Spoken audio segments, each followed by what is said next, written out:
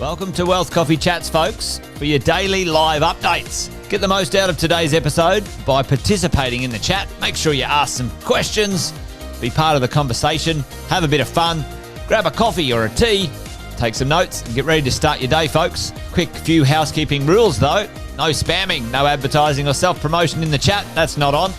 Be kind and respectful to everyone when participating. And most of all, have a good time.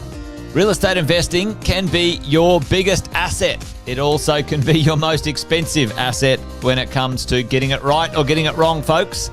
It can be time-consuming, stressful, and that's why here at Positive, we have what's called a 6-star team, a full-service team that provides integrated wealth and property investing solutions and services simply designed to help you progress towards your goal of passive income through your property portfolio, folks. Make sure you check out our other podcasts on the Positive Mentor Network. Not only is there Wealth Coffee Chats, there's the Urban Property Investor. Drops every Wednesday with straight talking investing strategies and lessons with Sam Saggers. Property Investor Tales.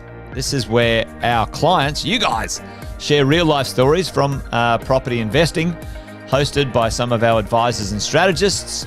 And that's done every fortnight, dropping every Monday. Wealth, Wine and Wisdom, folks, that debriefs the week that was in the world of finance and property, hosted by yours truly, Jason Witten and Andy Fenton on Fridays.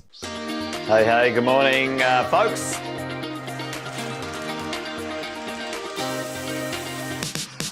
Good morning, everybody. Welcome to another Wealth Coffee Chat. Hope you're well, folks, wherever you are. There it is, team. Morning. Morning, wherever you're tuning in from today. Early bird gets the worm, they say.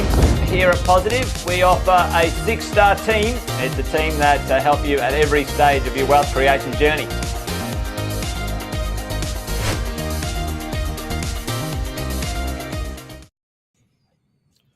Good morning, folks. Morning.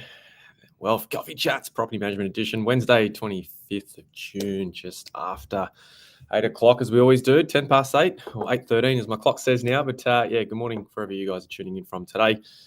Welcome along. We'll get the show started in a moment as everyone starts to log in live. But if you're watching this on replay, also okay.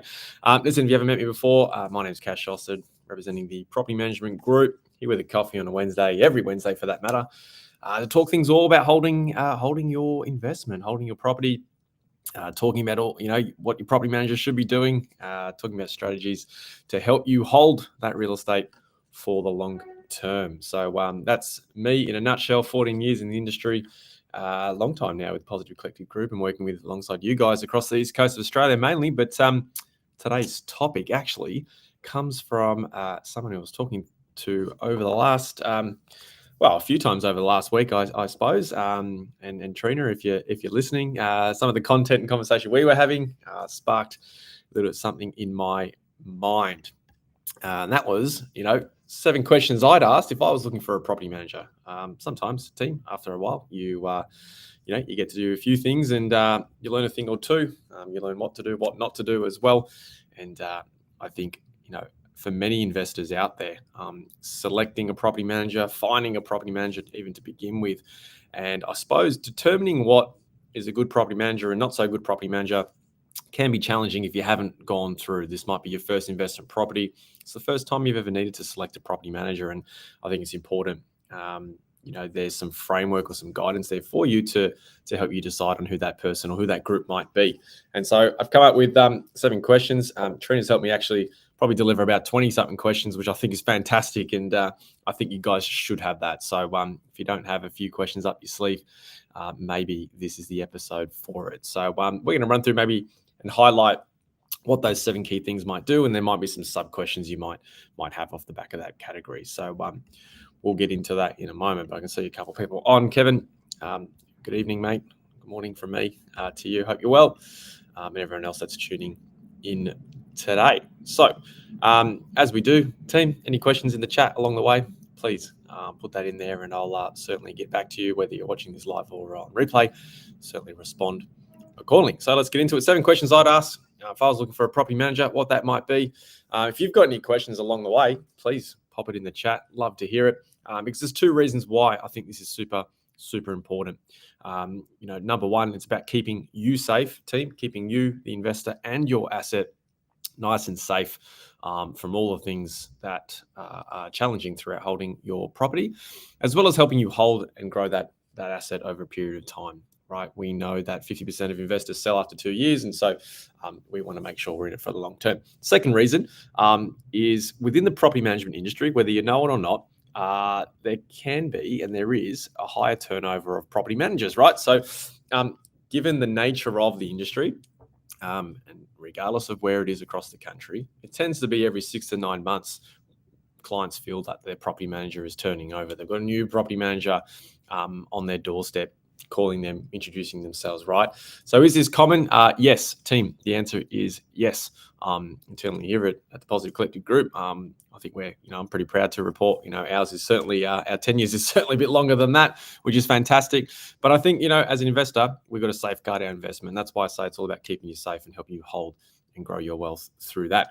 So because of those reasons, we want to help grow that asset long term. The first question I'd want to ask when I sit down with a property manager and I want to find out whether they are going to be my property manager for my investment property, I want them to talk to me about their leasing strategy. I want to really clearly understand what's going on, what's the process look like, what's the framework look like, how are they going to, one, attract a quality tenant, and how they're going to help me create that revenue for the long period of time. Now, obviously, if we're talking long-term investing, we're talking 10, 15, 20 plus years. But in this moment, we might be, focusing in on zeroing in on a 12-month lease. And so I really want to understand their leasing strategy. I don't think it's about getting some photos on your iPhone and putting on a realestate.com and opening the door on Saturday anymore. I think that's, certainly if that's a strategy you're after, you can certainly find those type of agents out there. But we want to take that to the next level. So I really want to understand, Mr. or Miss property manager, talk to me about your leasing strategy. What does your process look like? What are you going to do? What are the 10 things you're going to do to help me create revenue and find that quality tenant? Talk to me about your average days on market. How long does it take on average for you to lease a rental property in this particular area, given the comparables to your property? Right? Do you have a 14-day plan? What does that look like to get me leased really quickly? Because if we get leased quickly, team, we create revenue, cash flow will take care of itself, right? So that's the first thing I'd want to understand. Talk me through your leasing strategy, number one. Number two, once we've attracted some quality tenants and we've got some really cool options on the table, what does that application and tenant selection process look like?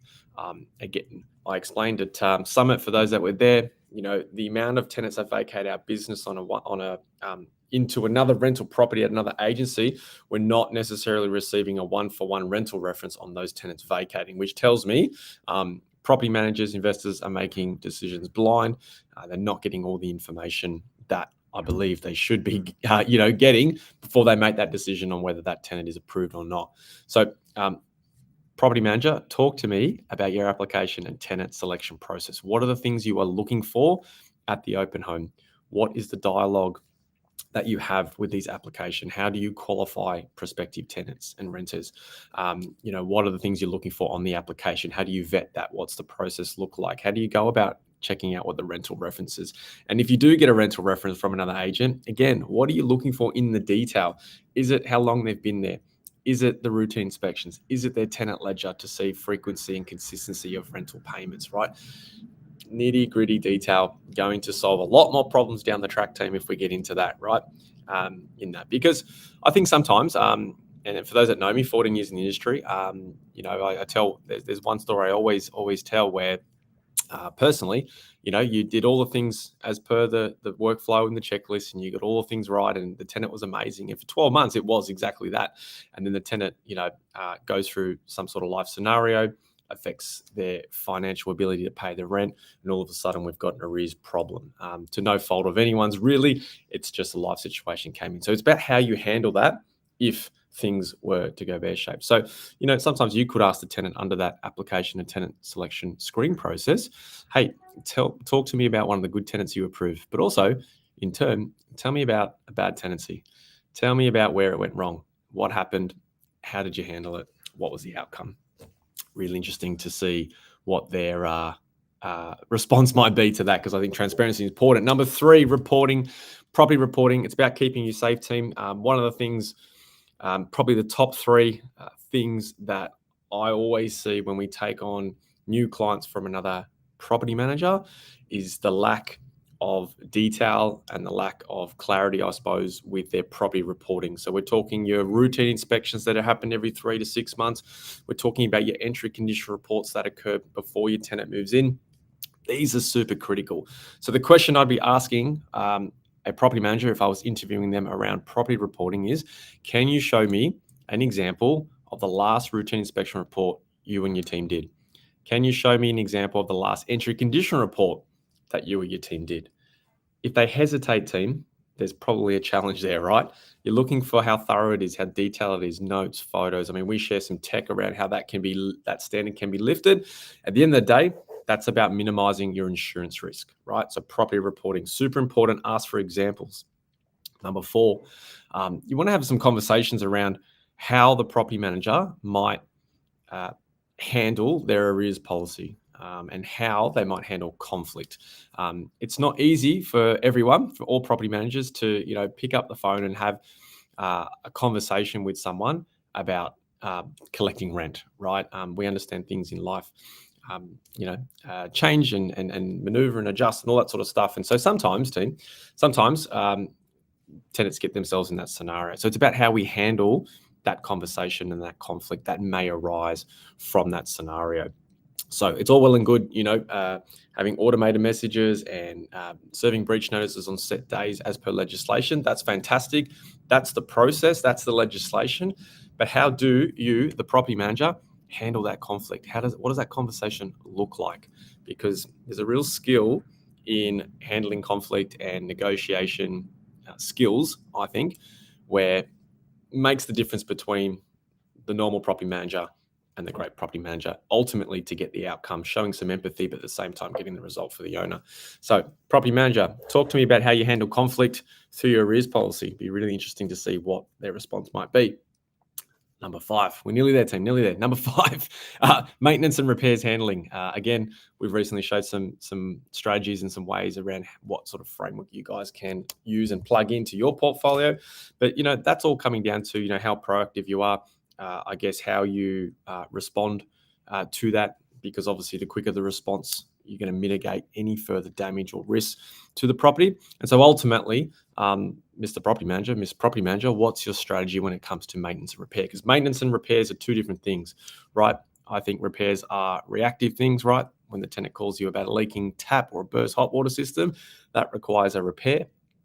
Maintenance, I think, is more the proactive side of things, where you might need to get your pool service every month. It's on a reoccurring autopilot scenario.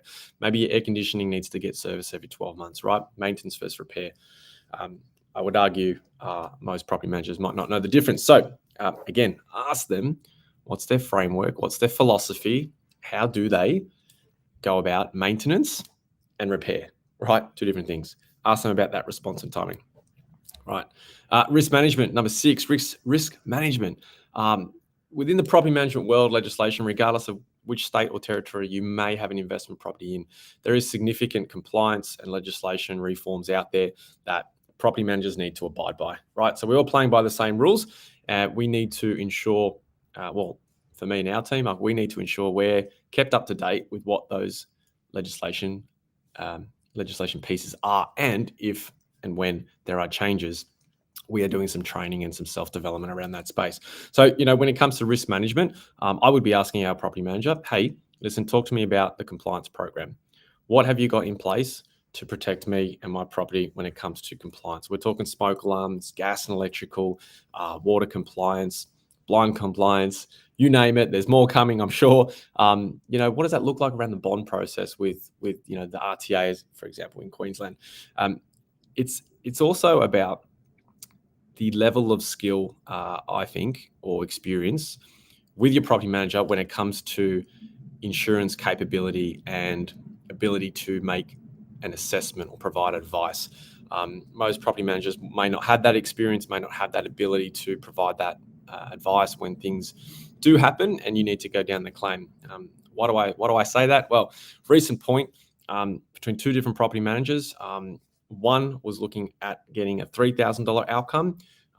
We stepped in and got a $12,000 outcome. And so sometimes, team, the question is, you need to know what level of capability your property manager has when it comes to insurance assessment. What's their experience like? To give you examples on what happened in the past, what might happen in the future.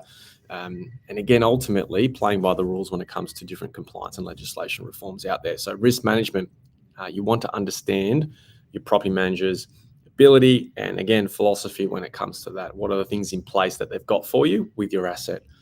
And number 7, I think it's just about them, team. I think it's just about them. Why, when you're interviewing them, why property management for them? As I say from the top, right, the industry has a challenge at the moment and has had for a few years now, where every 6 to 9 months, property managers are turning over. They feel burnt out. They want to try something else, right? That happens in all industries, I'm sure. But why property management? Mr. Property Manager, Ms. Property Manager, what's investment look like for you? Are you investing in property yourself? What's your purpose? What's your purpose, right? It's really interesting to see what their response might be. And from that response, you might be able to get a bit of you'll be able to get some intel into where they're at when it comes to what they are doing. And then depending on their purpose and their response, right, you can sort of see what type of outcome you might get with your asset if you're thinking to hold this property for 10, 15 plus years. How can they assist you with the 15-year rent growth plan, right? These are sort of the details. So what's the strategy for them to help you hold that property for 10, 15 plus years? So I think you need to make it about them. You need to get to know that property manager.